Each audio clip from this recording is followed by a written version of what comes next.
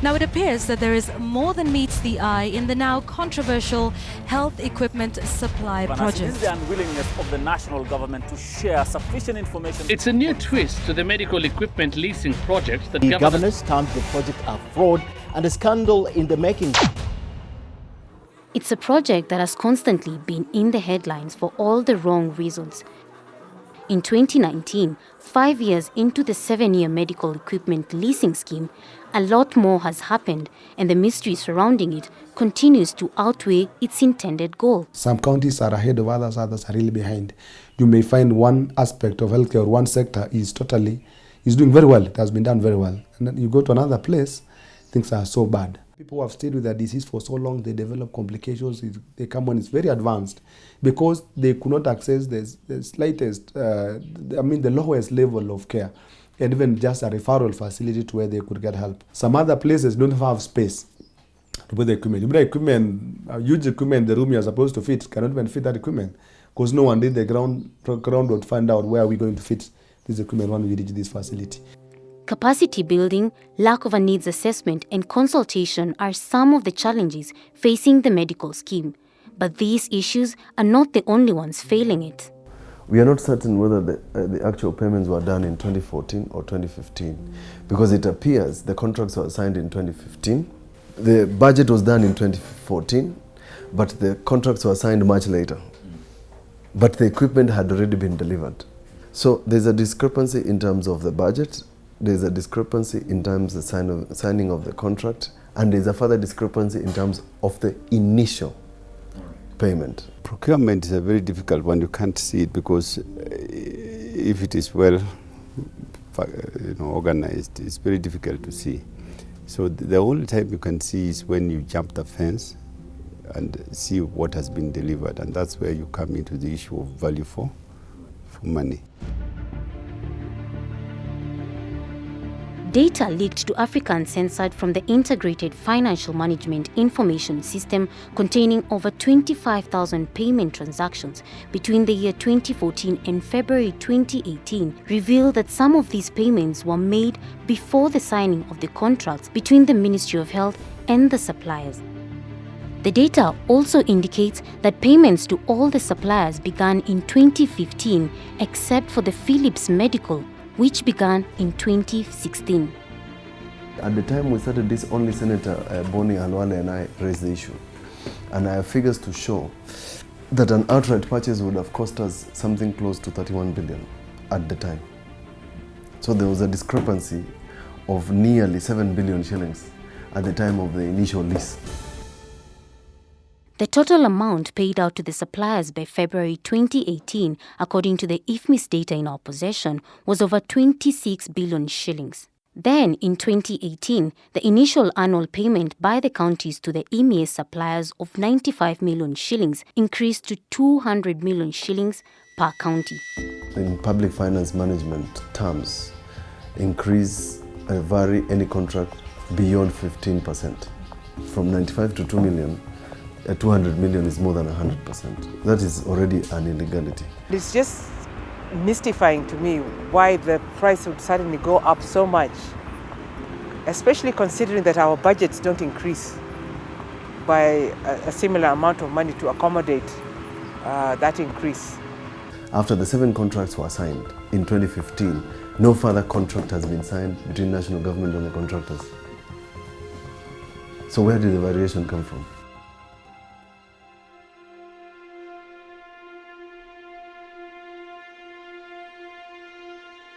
The new corruption is debt.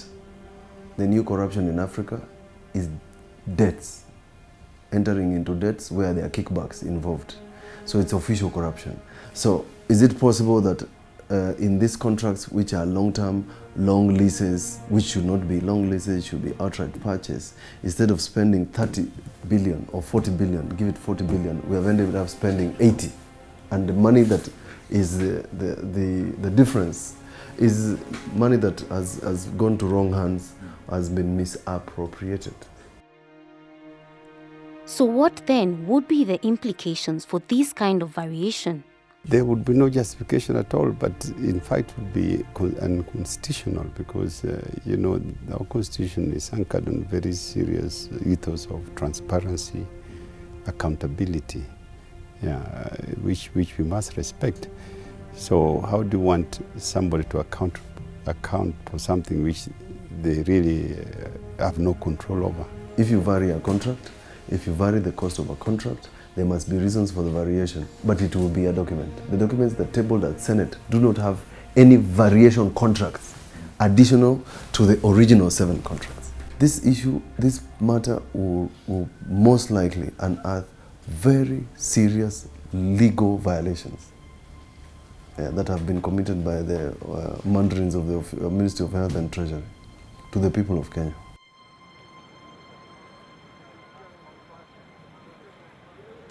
More disturbing is the fact that the contracts that bind the country to this multi-billion shillings project have never been made public to date.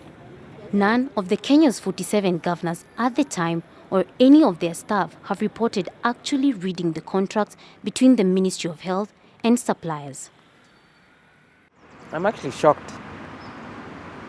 Because if you look at, if I was in the private sector, I would expect the CEO would see any documentation that is signed on behalf of the company. In the same vein, I would have expected that the leadership of the county, both at the level of the governor and his respective CECs, should have been shown and taken through this contract. This issue has been a matter of concern. The Parliament has been asking for a special audit. And even the donors have been very concerned about the Ministry of Health and the spending there. My last talk, and which I'm still insisting, is for us to have all these contracts given. We haven't had them yet given. We wrote to the Ministry of Health requesting access to these contracts, but that request remains largely unsuccessful. After a number of letters from the Commission for Administrative Justice, the ministry wrote back in September 2019 stating that it will not give us the contracts because there were other applicants in court asking for the same documents, and that we were a private company and we could not be granted rights under Kenyan access to information laws, in spite of the fact that we wrote to the ministry as Kenyan journalists seeking this information.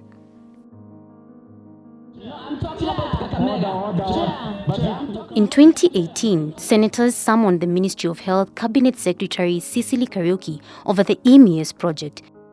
It is here that Mutula Jr., a member of the Senate Finance and Budget Committee, would get a glimpse of the mysterious contracts for the first time. When I had signed the contract, I was surprised that they were signed by the Permanent Secretary in all cases, as opposed to the Cabinet Secretary, who would ideally, under the Constitution, be answerable for his signature to Parliament for them. That struck me as a very strange thing. I'm not even sure whether he signed it on delegated responsibility or he signed on his own motion, but the Cabinet Secretary has not signed all those documents. As the Ministry of Health continues to deny the public access to these documents, a 2018 Senate interim report, together with the IFMIS data in our possession, point to potentially serious irregularities. Take a look at these 2 examples. The contract between the Government of Kenya and Shenzhen Mindri for the supply of theatre equipment was to commence on 6th May 2015, but the agreement was signed almost 2 years later on 13th March 2017. The commencement date for the contract between the Government of Kenya and the Steam Industries for the supply of theatre CSSD equipment was on 6th February 2015, but the agreement was signed on 20th July 2016. By the time of the signing of these 2 contracts, the suppliers had already received payments amounting to over 2 billion shillings each. It appears as if that you are robbing Peter to pay Paul, because we are taxing the public so high, but then pretending we are giving them free healthcare. Because when we purchase equipment at such a high cost, twice the cost, they are paying for it.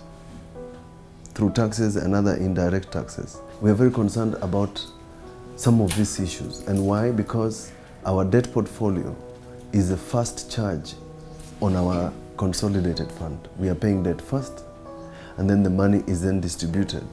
And hence the reason why you're having cash flow problems even to counties, because the first charge on our revenue is on debt. If we were paying for this lease in foreign currency, and the foreign currency value changes, then it puts the county at a great disadvantage.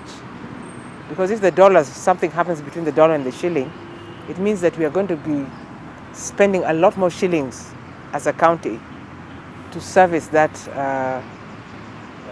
kind of debt. The procurement processes seem to have been breached, transparency questions ignored, and variations of the contracts have gone without valid explanations. With only 2 years remaining before the contract expire, who is to blame for the mess made of the MES? First, Treasury negotiated these contracts on behalf of the Kenyan people, not behalf of government. They negotiated on behalf of the Kenyan people. They should take the first bullet should be theirs.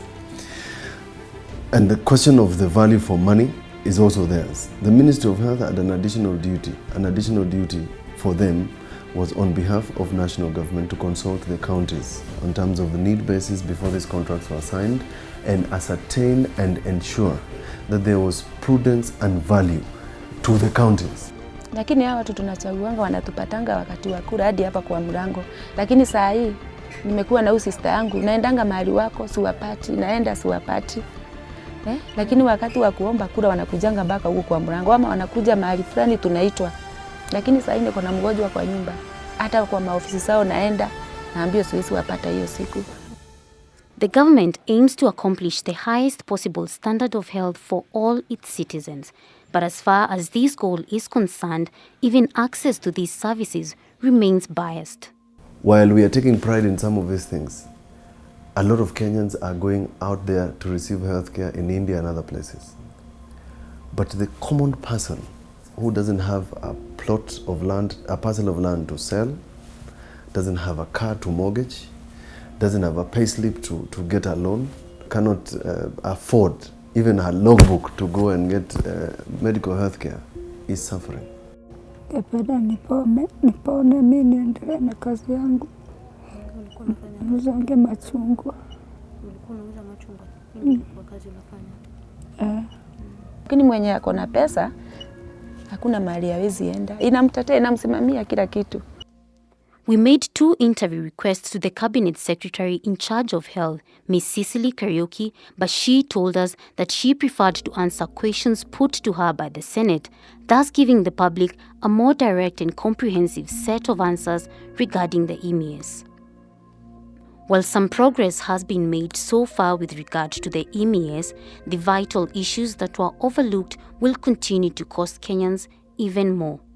So we are wondering, what is going to happen on the 7th year? On the equipment?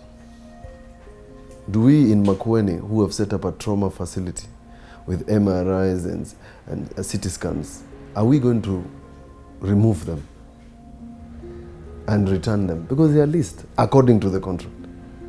Or is the government going to say that in fact the lease was a purchase? Or are we going to purchase and lease back? As a doctor, I'm actually very worried because, when this project started, all of us had high hopes that finally somebody is thinking about funding the public hospitals, and somebody is thinking about the largest majority of Kenyans who only access services at the public hospitals. It's really sad, and it brings in an element of despair as a doctor in a public hospital.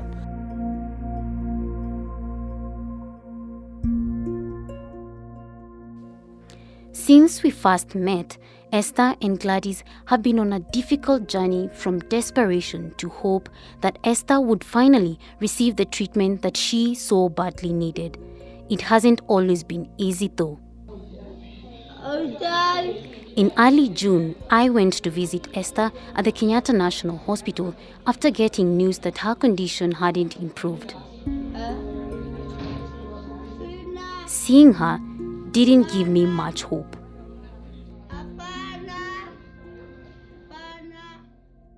Today is the 15th of July 2019. It's about 8:45 a.m. on a Monday, and I just received some very sad news. Gladys Mwihaki, sister to Esther Wambui, has just called me to notify me that yesterday at about 1 p.m. we lost Esther. She passed on at the Kenyatta National Hospital, where she was being treated for cervical cancer. Throughout her battle with cervical cancer, Esther went through a painful and heartbreaking journey in search of medical treatment. She may have fought for her life as much as she could, but even in death, the problems she went through continued to haunt the family she left behind. With a medical bill of about 200,000 shillings, Esther's family could not retrieve her body from Kenyatta National Hospital or prepare for her burial. Africa Uncensored made public the family's situation through an online campaign requesting Kenyans of goodwill to help raise funds for the family.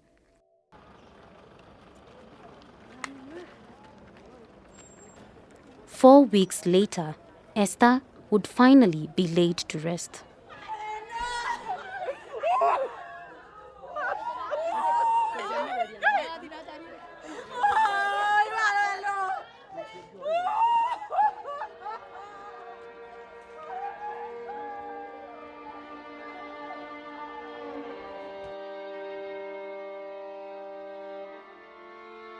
It had only been 9 months since Esther, a daughter, sister, mother, and friend, was diagnosed with cancer.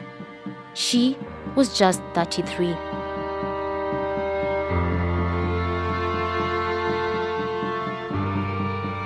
Could Esther's struggle to access medical care have been avoided? Could she still be alive today had she started the treatment on time?